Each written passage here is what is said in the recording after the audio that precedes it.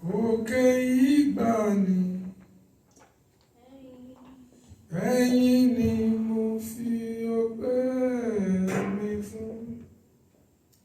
Ọlọ́run mi o, Ọlọ́run tó dáwọ́ òkè ìgbàanì, ẹ̀yin ni mo fi ọpẹ́ mi fún. Ta ni wọ́n tún gbé ga o, bí kò ṣe Baba lókè? Ta ni wọ́n tún fi gbogbo ọpẹ́ mi fún? Ẹ̀yin ni o, Ọlọ́run ìgbàanì.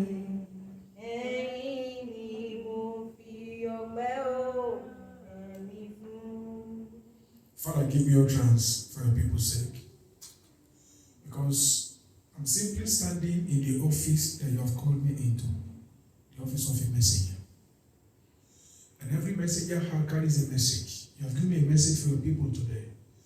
I pray for grace to deliver it with simplicity, accuracy. And I pray that as the word is preached, it will be seed that will fall into the fertile part of our hearts, and that shall germinate and grow and bring forth fruit to the glory of God's name. And every plan of the enemy against the word of God is hereby cancelled and annulled in Jesus' mighty name. Amen. Today I want to speak to us. Last week was supposed to be our anointing service, but because it was Mother's Day, I said that we're going to push our anointing service to today. So I want to speak to us about seeing beyond your weakness. When we look at the scripture that we just read from the book of Judges chapter 6, I'll read it again. And there came an angel of the Lord and sat under the oak which was in Ophrah, that pertained unto Joash the Abiezrite. And his son Gideon threshed wheat by the winepress to hide it from the Midianite. As I was preparing this message yesterday, the Holy Spirit was pointing something to me here. He said that, did I see that the angel came to meet Gideon while he was walking under his father's territory? You see, and when I got that message yesterday, I didn't take it seriously, sincerely. But as I'm reading that, it came back to me again. That God wants us to know that the place of our spiritual impartation, the place of our spiritual visitation is where God has placed us, under our fathers. When we are busy doing the work of the Lord, when we are busy doing what God wants us to do under the ministry and the anointing that He has placed us, it is there that the Lord will come and meet us with the anointing that is meant for our next level. I am not trying to be offensive here, but the truth is, one of the reasons why many people have refused to receive divine encounter is because they keep going from one church to another, from one ministry to another. The truth of the matter is this: there is always a place where God has anointed for a particular person. There can be many pastors, there can be many churches, but there is always somebody that God has anointed for your sake. And when you are under that anointing, when you are under that grace, I believe that that is where you'll be receiving the word of God, and it will look like it's easy to understand the word of God. That is where the anointing of God will be meeting you, and you'll be praying, and God will be answering your prayers. I had a call back from Africa this week that passed. They were recounting to me the situation of a particular young man. Now, this young man left our church in Nigeria. He was not supposed to leave. I called him, I said, listen, you are not supposed to leave. I don't say that to everybody, but God told me to tell you, your glory is meant to blossom under this ministry's anointing. Because he was listening to his wife, he left. After he had left, things got very bad. I don't know why I'm saying it, because this is not really what I want to preach about. Things got very bad. Then he contacted me again. And I began to pray for him. And then the Lord said to me to tell him that he should go back to serving him in front of the altar that I placed in the name of the Lord in our church in Nigeria. In fact, God told me, and he gave me a vision, and I saw a vision that this guy literally bought a story building in that vision. I was woken up to pray in the middle of the night, right here in America, to pray, and then the Holy Ghost said, begin to pray for this guy. And as I began to pray, I began to see, and the Lord said, tell him to go back, and that as he begins to, and that he should not just come to church and sit down, he should look for something to do to be serving the God of that altar. And I told him the vision. I told him, he gave me his excuse, and I tell him that's not an excuse. Go ahead and do what God said. He didn't do it. Some months later, I called him to remind him 3 times.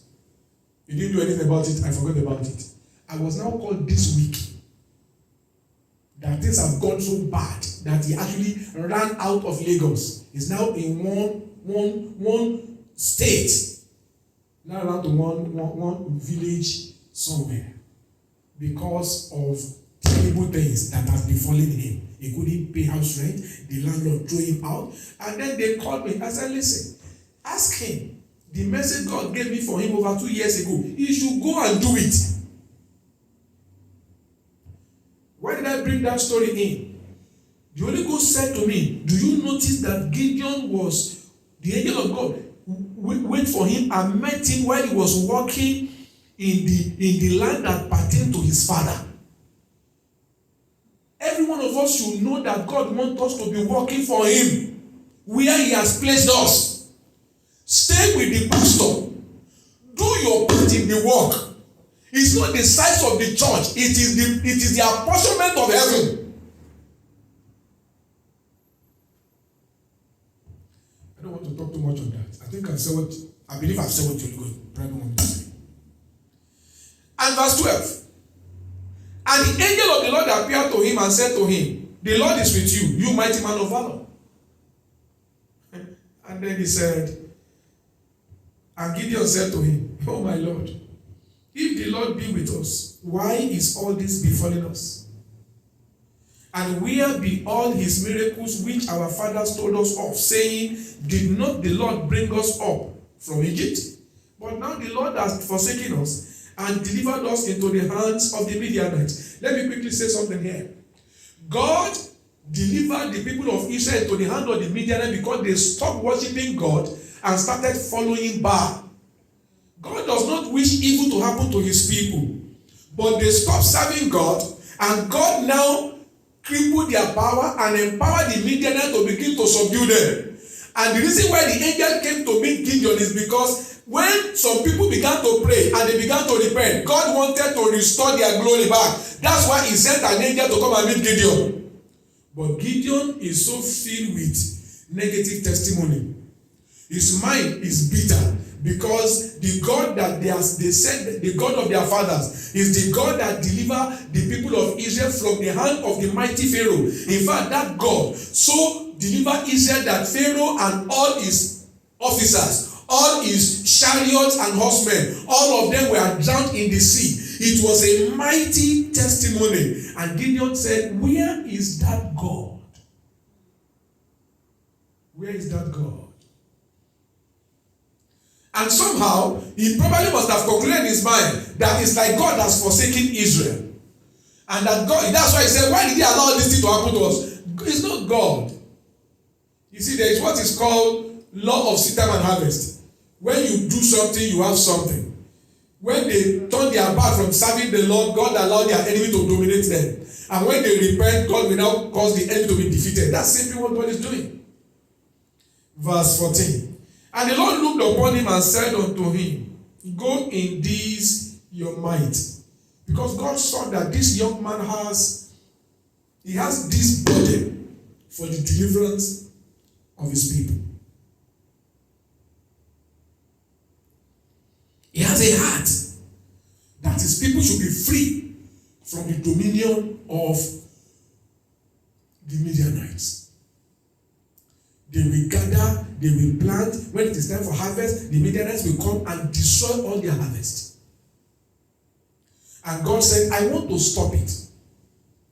But you see, I believe one of the reasons why God is asking me to share this with us, because God said, share with your people Gideon's visitation in Ophrah. That was what he told me yesterday. I believe that one of the reasons why God wants you to hear this is because God wants to use you as a deliverer for somebody, for some people, for a group of people. God is going to bring some people across your way. God is going to bring you to the midst of some people, and they will need the message of hope. They will need the message of deliverance. They will need the gospel of salvation. God said to Gideon, I can see that you have strength in you. I can see that you have potential to deliver Israel in you. But Gideon did not see it. Verse 14 again, the Lord looked upon him and said, go in this your might, and thou shalt save Israel from the hand of the Midianites. Have I not sent thee? And then Gideon now expressed what he believed about himself. And you see, this is the area that I am trusting that the Lord will anoint us today. Because it is very easy for you to see your weaknesses. But it takes the grace of God for you to be able to see and acknowledge the strength of God that He has put in you.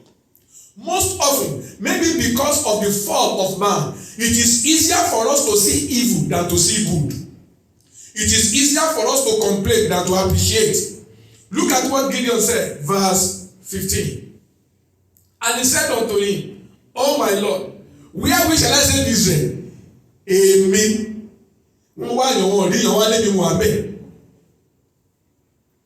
He said, behold, my family is poor in Manasseh. And I am me that you are talking to. I am the least in my father's house. My father is the poorest in Manasseh. So when they are called the category of the poor call my father poor. And in our house, I am the least.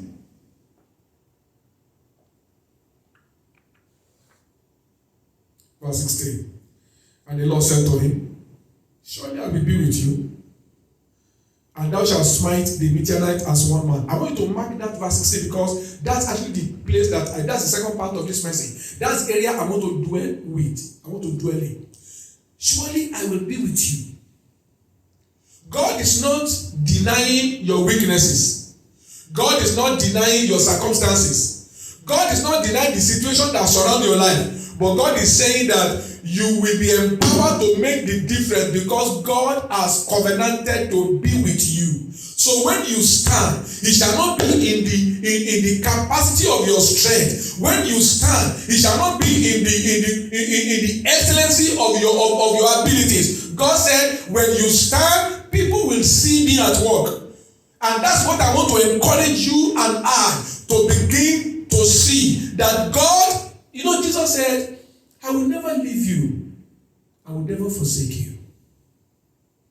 He said, behold, I am with you always, even to the end of the age. It's time for us to start remembering that the Lord is with us.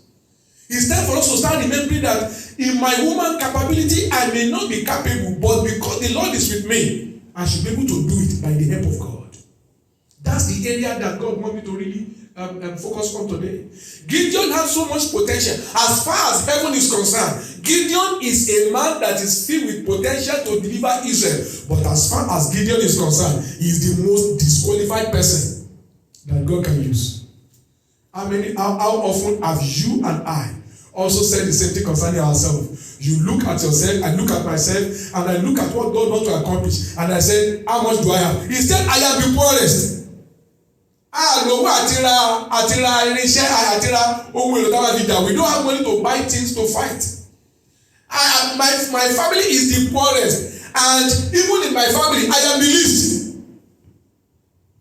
But God said, that's why I want to use you, and that's what God is asking me to tell you. That's why I want to use you, so that when you get the testimony, you will not give the glory to yourself, because you know that in the beginning you have not anyway. And so whatever you accomplish is because of the help and the hand of the Almighty God. Hallelujah. Now, so I want to speak briefly on how to identify your strength. You know, God said in verse 16, I will be with you. And this is how I'm going to describe your victory. You will destroy the Midianite as if you are fighting one man. And when you read down, you discover that he was able to destroy tens of thousands of the Midianites with 300 soldiers. 300 soldiers.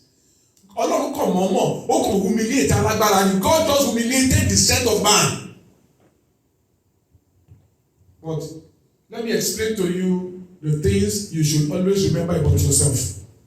The things I must never forget about myself. In the book of Ephesians chapter 6. Let's go to Ephesians chapter 6. Ephesians chapter 6. I want us to read verse 10. And I will read verse 10 in King James Version, but I want to emphasize it on the Amplified Version. Ephesians chapter 6 and verse 10. Finally, my brethren, be strong in the Lord and in the power of his might. The Holy Spirit is speaking to you not to rely on your strength, but to rely on the strength of the Lord. He said, be strong in the Lord. Let me read Amplified Version, because Amplified Version puts it better. In conclusion, be strong in the Lord. Open bracket. Draw your strength from him and be empowered through your union with him and in the power of his boundless might. You know what? See yourself as strong because your strength comes from the Lord. Are you getting me? See yourself strong, not because of your human abilities, not because of your eloquence. See yourself as someone that God will use to speak wisdom, to convince people, to preach the gospel, to counsel people that are confused, and their heart will calm down. See yourself as someone that God will use, not based on your own ability, but because you are trusting that the strength of the Lord is working with you. He said, be strong in the Lord, not in your abilities, not in your expertise, not in your natural gifting. Be strong in the Lord. In other words, and when you read that scriptures down, you discover he was talking about taking the whole armor of God. In other words, rely on God's ability. Rely on the things that God supplied into your life. Gideon was a man that was disqualified from the physical point of view, but God said, I will be with you. I will be with you. I will be with you. And because he believed, God was able to use him to destroy the Midianites in a merciless way. My prayer for you today and I is that God will bring us to that realm, that new level of glory, where our mere presence will demonstrate the strength and the capabilities of the Lord wherever we go, in the name of Jesus Christ of Nazareth. In Philippians chapter 4, Apostle Paul was talking. Philippians chapter 4, Apostle Paul was talking about himself.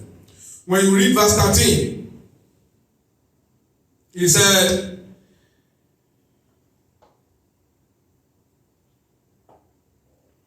I can do all things through Christ who strengthens me. I can do all things through Christ who strengthens me. So Apostle Paul is saying, I can do all things, not from my own human capability point of view, but I can do all things through the strength I receive from the Lord. I can do the impossible through the strength I receive from the Lord. And look at the way Amplified Version puts it. It says,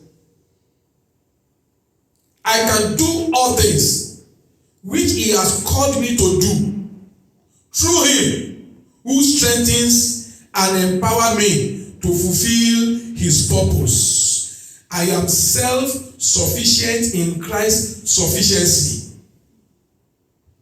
Apostle Paul is letting the Philippian church know that if they hear of the things he does, if they hear of the abilities he demonstrates, if they hear of the results that he has, They must not look at him as someone that has physical or personal abilities. They must remember, he's reminding them because they don't know that, listen, my strength comes from the Lord. As I rely on the Lord Jesus, he infuses me with strength, he infuses me with supernatural ability that I now use to do those things that he has called me to do. I want you to know that, you see, Gideon was called by God to go and fight and destroy the Midianites. When we are talking about relying on the strength of God, I am talking about relying on the strength of God to do and carry out the assignment that the Lord has given you and I to carry out. That is where the strength of God can work. Apostle Paul said, I can do all things that he has commissioned me to do by the strength that I draw from him, by the supernatural empowerment I receive from him.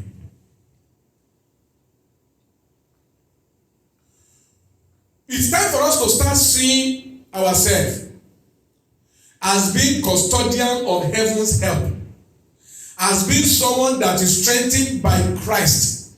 I hope you know that Jesus said, I am in you and you are in me, and I am in the Father. He said, just like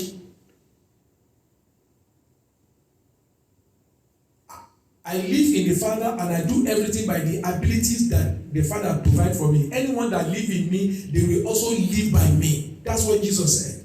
So as a child of God, you are not alone. There is this supernatural supply of strength, of divine abilities that has your name tag on them. And it's an open tap. It has been opened and it is directed to your spirit man straight. But you need to unlock it by faith. You need to remind yourself every time that it may look like in my human capabilities, I may not be able to achieve this, but I trust that in the name of the Lord Jesus and by the strength that He provides for me, I shall be able to accomplish this that God has ordained for me to carry out.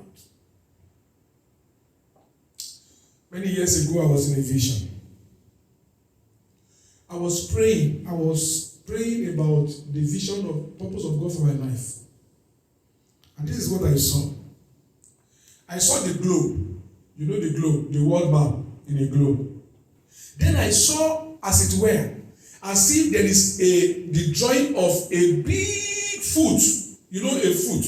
I saw the drawing very big on that world map. Then I saw, as I was praying and I was looking, I saw one small leg, BSL one day. And I saw that small leg, and it was just coming. And then when it got to that thing, it just entered like it just entered. Boom. And then it just like it, bang, bang, bang. And then it just, that small leg just fit that big foot picture I saw. I said, how can this tiny small leg fill this big picture? And I heard the Lord said to me, that big foot is the print I have printed for you. That small leg is you. You may think you are small, but as you enter, you will fit in. But you see, many times I look at myself, I look at circumstances surrounding me, and I say, how will this thing come to pass? But you see, that is what it means, that my leg, I'm the small leg. But as I obey Him, by Himself, He will bring me to the fulfillment of every purpose that He has in destiny for me. And in the same way, each of us, we have to also remember and continue to encourage ourselves that I know that God will accomplish what He wants to accomplish through my life, because He's the one that infuses me with strength to accomplish those things. You will be a wonder to yourself. Even you will be surprised at what God will begin to do through you. Remember, the title is Seeing Beyond Your Weaknesses. It's not difficult to see your weaknesses, but I'm trying to make you see that as a child of God, you need to begin to see that the source of your strength is not in yourself, but in the Lord Jesus. In Ephesians chapter 3 and verse 20, look at what the Bible says. Ephesians 3:20. That's the last verse. He said, Ephesians chapter 3 verse 20. He said, now unto Him that is able to carry out, I'm reading the Amplified, carry out His purpose and do super abundantly, more than all that we dare ask or think, open bracket, infinitely beyond our greatest prayers, our greatest hopes, and our greatest dreams. Beyond it, unto Him that's able to do far more beyond those things. And how will He do it? According to His power that is at work within us. God will do more than what we can pray for. God will do more than what we can hope for. God will do more than what we can imagine. But He can only do all those things. And the plan of God is that God is going to carry out all those things that is beyond our prayers and our hope and dreams. He will carry out those things by His power that is at work in us. So you have to see yourself as someone that has the power of God at work in you. It is that power that provides the supernatural strength. It was that power that the angel saw in Gideon. Gideon did not see it himself, but that angel saw it. But I'm trusting God that as we are anointed today, the Spirit of the living God will begin to open our eyes to see the super abundant power that is within us. I'm trusting that the Lord will open the eyes of our understanding so that we begin to tap into the wisdom that will help us to begin to live a life of exceptional strength by the Spirit and the help of God. In the name of Jesus Christ. The second scripture I want to share with us this morning briefly on the Lord is with you. He will make you to fight and destroy the Midianites as one man. God is saying, I will be with you. I will give you strength.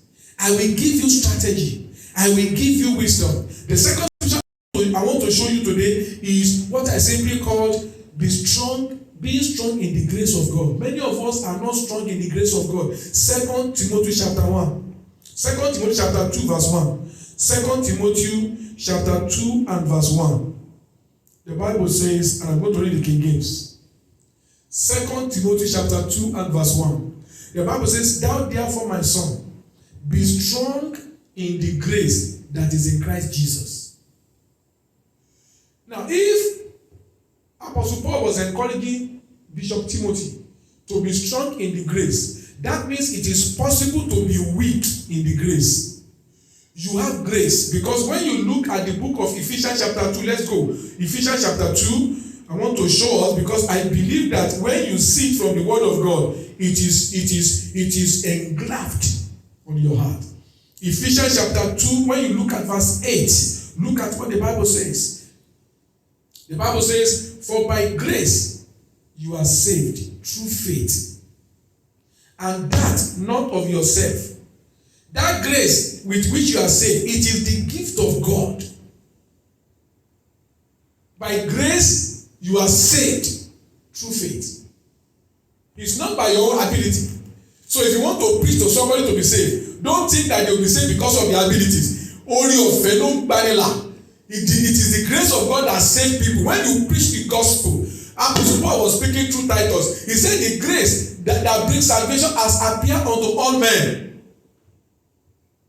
The same grace that saves you is the same grace that will save somebody else that you speak to. Just rely on the strength of the Lord. Just rely on the grace of God. And the Bible says that by grace you are saved.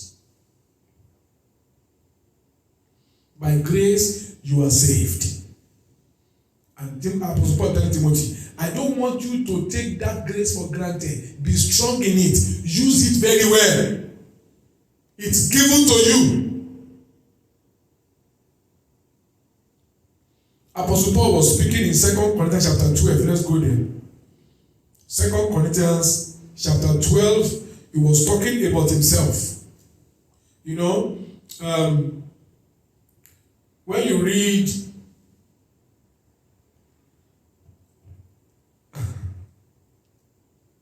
let me read from verse 7, and then you see what I'm saying. Lest I should be exalted above measure through the abundance of revelations, there was given to me a thorn in the flesh. Are you seeing it? The messenger of Satan to buffet me, lest I should be exalted, and I should be exalted above measure. Verse 8. For this thing I besought the Lord 3 times, that he might depart from me. But look at the answer God gave him, verse 9. And the Lord said to me, my grace is sufficient for thee. God, what do you mean? My strength is made perfect in your weakness. My grace is sufficient for you. It is my grace that make my strength to show forth in your weakness. So what do you think is your weakness? God said his grace will give you strength in that area if you believe and if you allow it. Apostle Paul said, Lord, this thing is not good for me. It's not good for my ministry. Please take it away. He prayed once, he prayed twice, he prayed 3 times. God said, Paul, stop. I'm not going to take it away. But I want you to know that despite this thorn in your flesh, despite this weakness, despite this thing that people see and say, and he called himself a man of God, God said, my grace is sufficient for you. Because in that particular area of your life, my strength will swallow your weakness. And when you are repaid, despite the fact that you have that weakness, you are still able to excel, and they will know it is not your power, it must be the hand of God. Are you with me? It is time for us to start relying on the Lord. God said to Gideon, I will be with you.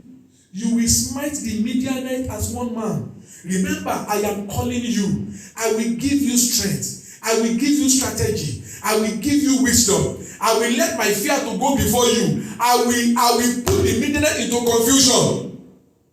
But Gideon has to believe that God will help him. Listen to me. You need to begin to believe that despite the situations of your life, that God will help you. Despite the story that is not yet perfect, God will help you. Do you remember that woman that had 5 husbands? The woman that Jesus met by the well in Samaria. Ó ti lọ́kọ márùn-ún, wọ́n ti ń bá a kà á. In fact, Jesus said, oh, take David Doko, because even the one you are with now is not your husband. But despite all those odd stories, God used her testimony to win many people for the Lord in that part of town. Many people said, now we believe in the Lord Jesus, not because of what you said, but because we can see it by ourselves. I'm just trying to let you know, everything doesn't have to be perfect for God to be glorified in your life. Everything doesn't have to be in total for things to work out well. If you rely on the strength of God, the grace of God will supply strength to carry out that assignment. The grace of God will not make people to see your weakness, but they will see the strength of God working through you. It's time for us to start believing God to do what God has ordained and commissioned us to carry out. It's time for each of us to start doubting our doubt and start believing in the Lord Jesus. The last scripture I want to give us is the book of Romans chapter 12 and verse 6. Romans 12 verse 6.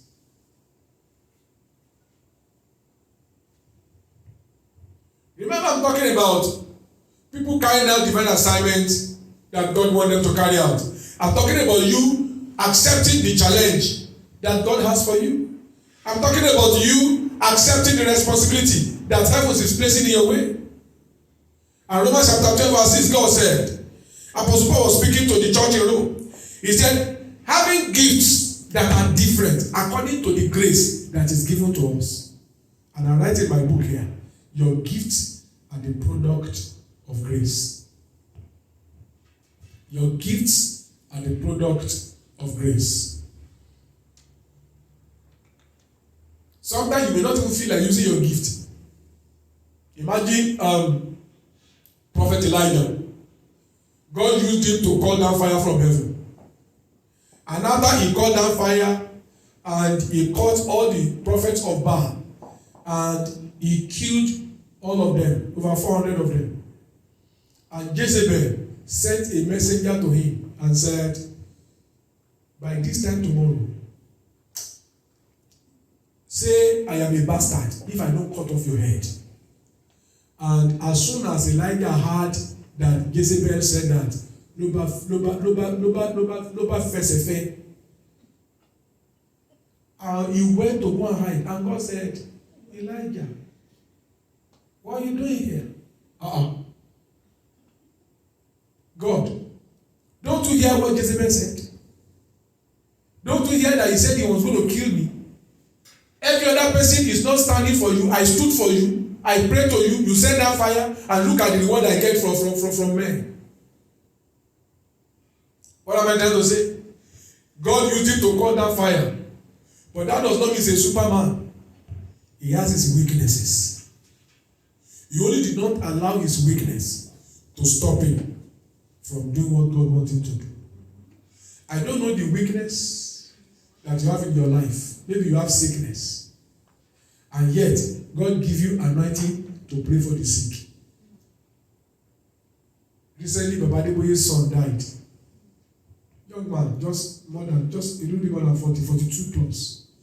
And people started opening their mouth. He is a man of God. How can his son die? Blah, blah, blah. When I saw that story, I just scrolled.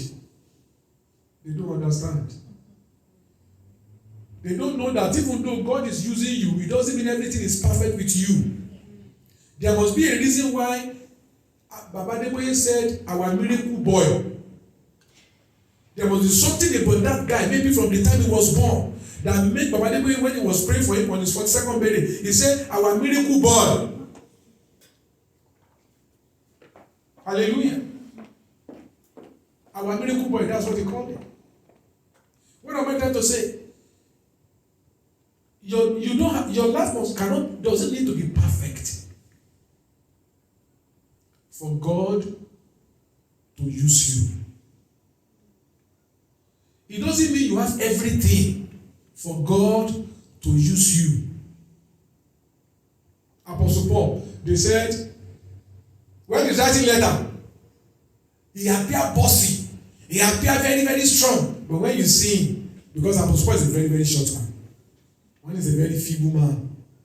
But his letters are weighty. That's what they said. You don't allow what you do not have to stop you from relying on the grace of God to work on your life. That's what I'm saying. I should not allow what I do not have to stop the grace of God from working in my life. Because every one of us, we have things that will discourage us from responding to the assignment and the responsibilities that God has given us. We have things that want to make us to say, if God wants me to do this, let him also do this for me. But that's not the way God works. As long as you are in this flesh, there will always be issues. There will always be circumstances. But God wants us to know that he will be with us. He said, lo, I am with you always, even to the end of the age. I don't know your challenge. I don't know your situation. I don't know your story. I heard this story from one of my friends. So one of my daughters in the Lord many, many years ago. She's with MFM. That man, Dr. Lukoya, God is using him to pray for those who are barren and they have children. And for many years, his wife did not conceive. Until the time that they had that their camp, and he will pray for people will, because this lady is close to them at the top, so he knows what is going on. We were just talking. And he was telling me, he said, I thank God, our Gio now, the wife is pregnant. He said, Reverend, what do you think I should buy for that child when it's born? And we began to talk. And he was telling me about the story. You see, this man will pray for people. God will give them breakthrough, but he doesn't have a child. And thank God that he did not say because he doesn't have a child. Because how can God give someone that his wife cannot get pregnant? How can God give that kind of person anointing to pray for those who need children? And then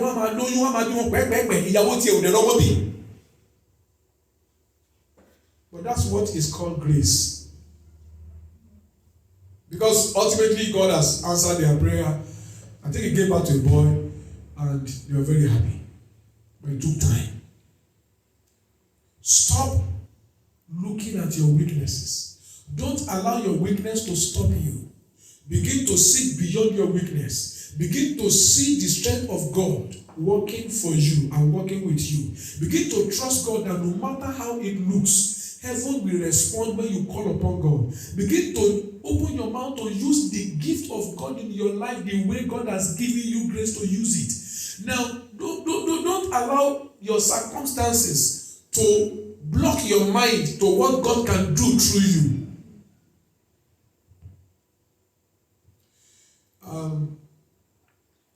Benny Hinn is a man God used so much in the healing ministry. But at a time, in fact, very early in his life, he had heart condition. And yet, he will pray for people, and God will heal them. And they have to take him to the hospital.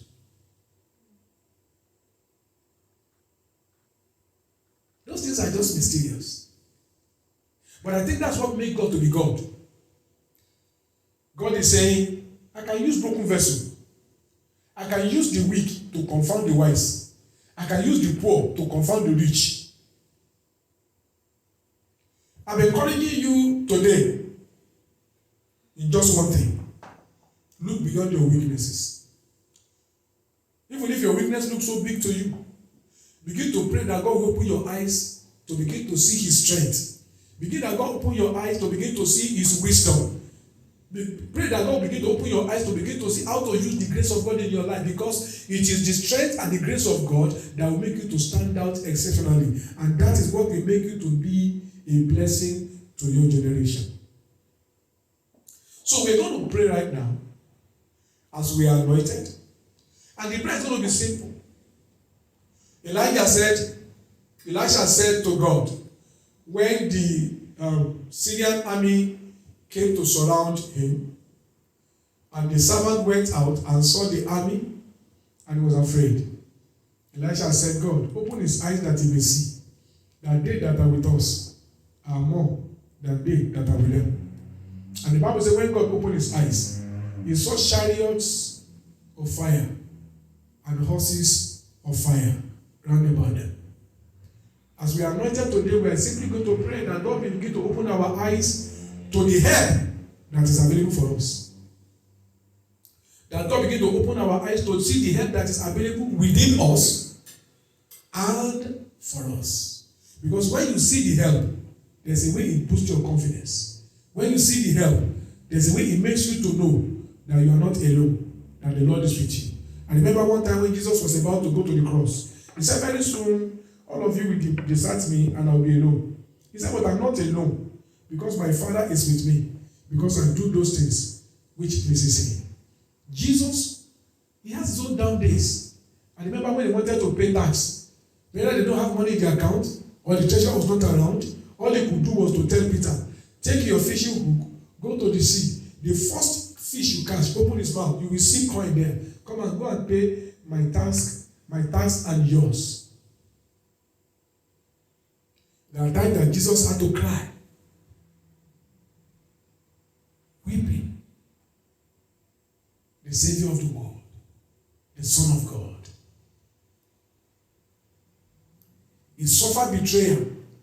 In the book of John chapter 6, the Bible said that when he began to speak about the truth of the kingdom of God, many of his followers, they turned their back on him and never followed him again. And he turned to the devil and said, won't you go also? And they said, where are we going to go? You are the one that have the word of life. He suffered people's betrayal. Judas was constantly stealing from the church account. They are talking of reaching the world and helping the poor. And Judas was just helping his pocket and siphoning the money somehow. He did not allow those things to stop him. Are we going to forget James and John? People that are power drunk. There are 12 apostles. And James and John said, Mommy, go and tell Jesus that in his kingdom, me and my brother, one of us will be on his right side, on his right hand, and the other on the left hand. And what do you And then the mother came to Jesus. They must have pressure, because Jesus loved James and John, loved their family. The mother came and said, Master, yes, I have a request from you. He said, okay, go ahead. What do you want? He said, sir, I'm just praying that in your kingdom, that each of my sons, one will be on the right hand side and the other on the left hand side. Jesus said, what? That's a request I can't even grant.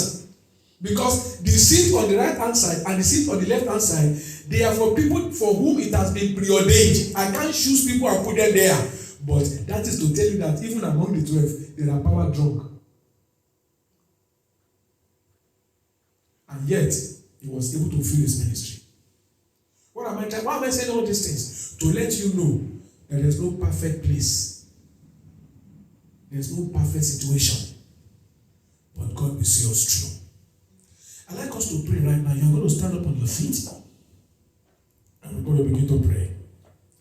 I'd like you to thank God because you are special to Him. I believe the Lord has visited you sometimes before now. He has shown you this in the scripture to let you see that you are special to Him. But somehow you are doubting because of your weaknesses. You are saying, Lord, can't you see my circumstances? Can't you see me? Just like Gideon. Gideon said, how can I be the one that will save Israel? As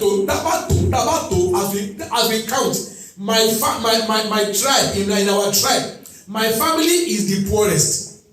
And then when we look at our family, I am the least.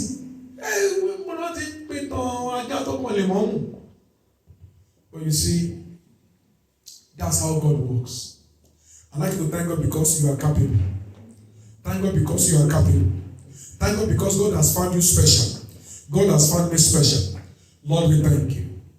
Lord, we thank you. Lord, we thank you. Because you count me special. That's why you bring this message to me. To let me know, Lord, that there is something about my life that you are looking out for. There is something about my destiny that you have ordained for your glory. Maluna Mante, Efrafaroka, Tadaga Bavaza. Lord, I thank you. In Katadika Bola Namaz, Marubavo Zete Kete Dikabora Rugata. Lord, I thank you. Lord, I thank you. Lord, I thank you for choosing me. Thank you for choosing me. Thank you for choosing me for such a time like this. Fasuna Marina Teleke. Thank you for choosing me, Mazuta Nakaba. Thank you for choosing me in Kato de Kebova. Thank you for choosing me, Mazata de Kabolana. Thank you for choosing me in Zazavora Boyandi. Thank you for choosing me in Tedegebo. Thank you for choosing me, Mazuta Dia. Thank you for choosing me in Kato Digaba. Thank you for choosing me. Yes, Lord, thank you. Thank you because despite my weaknesses, despite the imperfect story, you still put in me a lot of confidence. Thank you, Lord. Thank you, Lord. I'd like you to pray. Lord, help me to begin to see beyond my weaknesses. Help me to begin to see your strength in me. Help me to begin to see that deposit of God in my life. In the name of Jesus. Open your mouth and pray. Because it's very easy to see your weaknesses. Lord, I pray, oh God, now from today, as I am anointed in your name, I pray you grant me grace to begin to see beyond my weaknesses. Help me by your spirit to begin to see your strength. Help me by your spirit to begin to see your glory. Help me by your spirit to begin to see the testimony that you have ordained for my glory. Vazaza Varaburanumaya, Ikatadaka Baburando Keteba, Shakatadidi Kabova Sandali, Aluprafrene Mozatoria, Aluprafrene Mozatoria, Aluprafrene Mozatoria, in the mighty name of Jesus. Lord, I pray that from this moment, you will help me by your spirit to begin to see beyond my weaknesses. You will help me by your spirit to begin to rely on the strength of God. You will help me by your spirit to begin to rely on the grace of God so that I can do expert for the Lord. I can accomplish divine purpose, oh God, in the name of Jesus. In the name of Jesus. In the name of Jesus. Eternal Father, God of hosts, I call upon you. Help me, oh God. Help me, oh God. Help me, oh God, so that I will not continue to promote my weaknesses and my excuses, but I'll begin to take up the challenge of obeying the Lord. I'll begin to take up the challenge of being an asset in your presence. In the name of Jesus Christ. In Tavi Ozuta Barina Kalanda. In Tedegebo Gatadi Gabo Vazara. Rabafilio Bavoza Talinama. Thank you, Lord Jesus. Thank you, Lord Jesus. In Jesus' name we pray. Lord, I dedicate this oil to spiritual sight, that as we are anointed today, our eyes begin to open to see beyond our weakness. Our eyes begin to open to see the strength of God at work in us. Our eyes begin to open to be able to access the wisdom of God. After all, in the land of Babylon, Daniel used grace and the strength of God to excel. Joseph grace and the strength of God to excel. Lord, the Bible said that even Esther, the man saw the glory of God on her, and by that she was chosen as a queen. As we are anointed today, I am praying that, Lord, you will cause that unusual grace to be released upon us.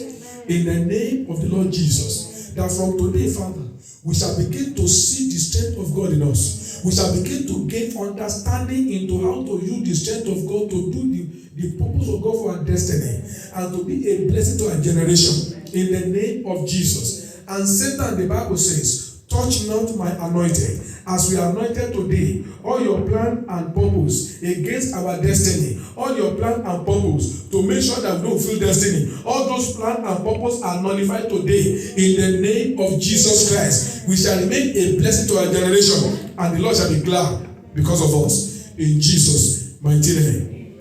Amen. So you will touch the oil, touch your head, and just begin to pray in tongues.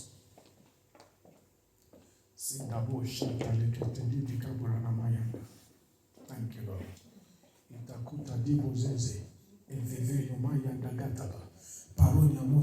Use it to touch your head. Lambrato katalika boveze, vata katalika bolaloka, leketete didika bovasa. Satan, you are a loser. In tadomenekete, in bravio bavozatara, rapakatadika bolalaba, lembatane maotasi, afafakotaruba, afafakotaruba, afafakotaruba, afafakotaruba. In the name of Jesus, afafakotaruba. In the name of Jesus, afafakotaruba. In the name of Jesus, we shall begin to excel. Among men, we shall begin to excel by the strength, the favor, and the grace of the Almighty.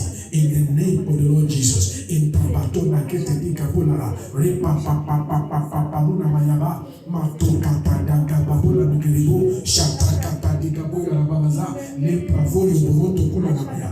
Thank you, Lord. Thank you, Lord. Thank you, Lord. Blessed be your name. Mazoti Anomaya. The Bible says, oh God, that we shall be a blessing to nations. The Bible says, oh God, that we are the light of the world, that we are the salt of the earth. Lord, our life shall become practical light to nations. Our life shall become practical salt to the earth. In the name of Jesus. Our existence will bring joy and gladness to hearts. Our life will become a connection through which men will connect with God and be glad they did in the name of Jesus. Thank you, Father. Thank you, Lord Jesus. Blessed be your name. In Jesus' mighty name we pray. Amen. Thank you, Lord. Hallelujah. Hallelujah.